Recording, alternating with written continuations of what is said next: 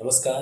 मैं आपका दोस्त दीपक वैष्णव स्वागत करता हूँ आपका अपने इस चैनल डीके इंस्पायर पर। आज हम कहानी की सीरीज में वापस रिस्टार्ट कर रहे हैं। आज की कहानी का शीर्षक है कुछ तो लोग कहेंगे, लोगों का काम है कहना। आइए सुनाते हैं आपको एक कहानी। एक बार की बात है, एक राज्य में एक बूढ़े बाबा थे। बूढ़े बाबा के पास एक बेशकीमती घोड़ा था।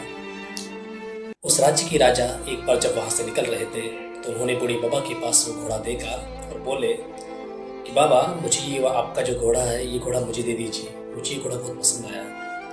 बूढ़े बाबा बोलते हैं कि नहीं, मुझे ये घोड़ा नहीं बेचना है, ये घोड़ा मुझे जान से ज़्यादा प्यारा है। तब वो जो राजा थे, राजा वहाँ से निकल जाते हैं और वहाँ जो गाँव वाले थे वो बोलने लगते हैं बूढ़े बाबा से आके कि बाबा, आप कितने पागल हैं। राजा साहब आपको इस घोड़े के 10 लाख रुपए दे सकते थे, आप 10 लाख रुपए ले सकते थे और आप 50 घोड़े खरीद लेते, लेकिन आपने अपना नुकसान कर दिया। गांव वाले आते हैं, बोलते हैं कि बूढ़े बाबा आपका तो नुकसान हो गया। फिर वो बोलते हैं कि इसमें नुकसान वाली कोई बात नहीं, मेरा घोड़ा था, मुझे नहीं बेचना था, इसलिए मैंने नहीं बेचा। थोड़ी देर बाद में गाँव वाले वहाँ से चले जाते हैं।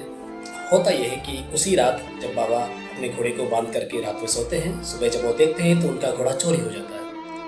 अब गाँव वाले सुबह सुबह भाग करके आते हैं। जब गाँव में खबर फैलती है कि बाबा का घोड़ा चोरी हो गया, आते हैं बाबा के पास कि बाबा, आपके साथ तो बहुत बुरा हुआ, हमने तो आपसे कहा था आप घोड़ा बेच दीजिए, अब देखिए आपका घोड़ा चोरी हो गया, अब आपको कुछ भी नहीं मिला, तो आपका तो नुकसान हो गया।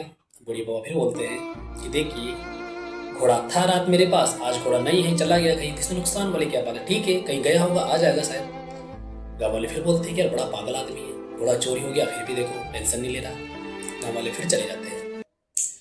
थोड़ी देर बाद होता यह है शाम को टाइम कि वो जो घोड़ा गया था बाबा का, वो अपने साथ 30 से 40 और घोड़ों को लेके आ जाता है। गांव वाले परेशान हैं कि बाबा का घोड़ा थोड़ा चमत्कारी है, ये कैसे 30 से 40 घोड़ों को ले आया अपने साथ। गांव वाले फिर आते हैं, बोलते हैं कि बाबा, आप तो बड़े जादूगर हैं, आपने तो अपने घोड़े को सिखा के भेजा और ये अपने साथ 30 से 40 घोड़ों को लेके आ गया।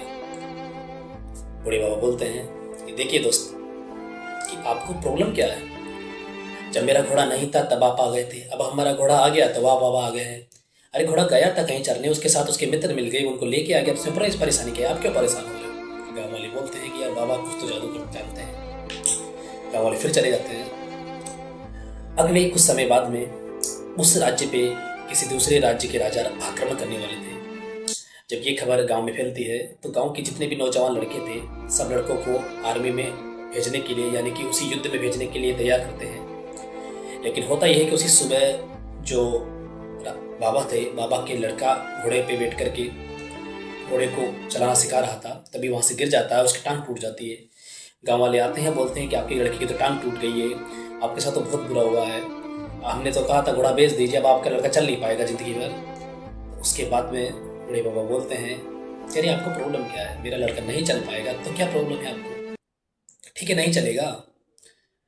उसके बाद में होता यह है कि गांव के जितने भी लड़के थे सबकी ट्रेनिंग हो जाती है, सबको युद्ध में भेजा जाता है। बूढ़े बाबा का लड़का नहीं भेजा जाता है क्योंकि उसकी टांग टूट गई थी। होता यह है कि युद्ध इतना खतरनाक होता है कि उस गांव के सारे नौजवान लोग जो थे मारे जाते हैं, सिर्फ बूढ़े बाबा का लड़का बचता है। गाँव वाले फिर आते हैं कि बाबा, आप तो चमत्कारी हैं, आपका लड़का बच गया है और हमारे सबके लड़के शहीद हो गए हैं, तो आपने तो पहले ही कुछ प्लान बना रखा था।